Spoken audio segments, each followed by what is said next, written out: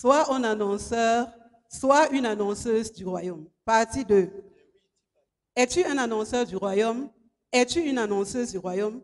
Il y a un appel à tout le monde pour être un annonceur ou une annonceuse du royaume. Le royaume de Dieu est le thème principal de toute la Bible. C'était le message que notre Père Jésus-Christ a prêché tout au long de sa vie sur terre.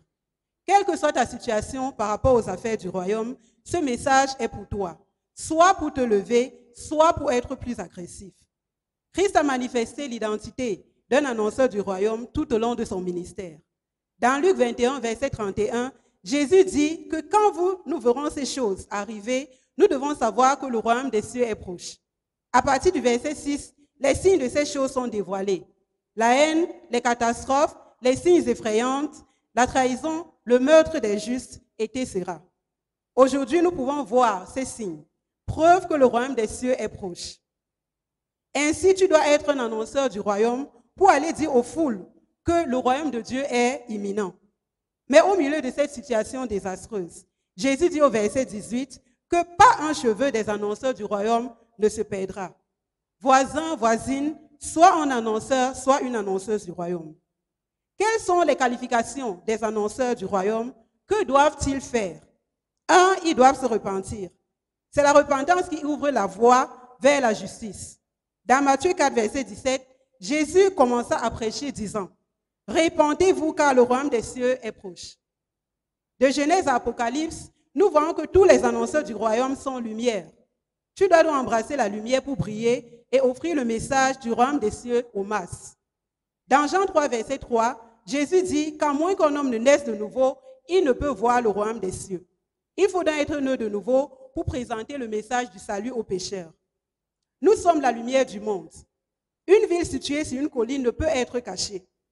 Le nous réfère ici à ceux qui sont nés de nouveau. Es-tu toujours plongé dans le mensonge, dans la fornication, dans la masturbation et d'autres fruits des ténèbres? Répands-toi et dis aux autres que ces péchés constituent des blocages pour l'entrée dans le royaume des cieux. 2, nous devons avoir la foi et croire. Dans Marc 1, verset 15b, Jésus dit, « Repentez-vous et croyez en la bonne nouvelle. » La croyance est donc la seconde étape après la repentance. Celui qui croit vit une vie de sanctification. Troisièmement, nous devons servir Dieu. Ceci n'est possible que si les 2 premières étapes sont accomplies. Alors on pourra servir Dieu en esprit et en vérité, en allant de par le monde pour annoncer son royaume. Bien-aimé, grandis dans le service du Seigneur. Arrête-toi et sache que Jésus est Dieu. Si tu es un annonceur du royaume, sache qu'il y a des bénéfices pour toi. Tu brilleras et tu resplendiras. Tu seras comme Élie, tu seras comme Élisée. Ces derniers étaient aussi sur terre. Aujourd'hui, ils sont dans la gloire du Père. Nous les célébrons parce qu'ils étaient des annonceurs du royaume. Si tu veux briller, repens-toi, dis adieu au péché, aux choses de ce monde. C'est Dieu en esprit et en vérité.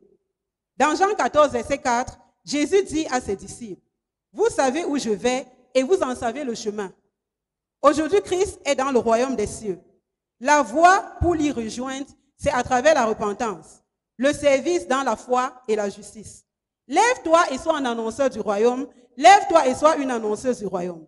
Annonce à tous les coins du monde que le royaume des cieux s'est approché. Examine ta vie d'annonceur du royaume. Christ est-il fier de ton activité de cette semaine? Si tu t'es repenti, engage-toi à le servir sans retour, malgré les obstacles. Vous savez où je vais et vous en savez le chemin. Là où Christ est, nous savons, et nous savons le chemin qui y mène. Notre prière est que nous brillions comme le soleil dans le royaume avec notre Sauveur Jésus-Christ à la fin. Amen.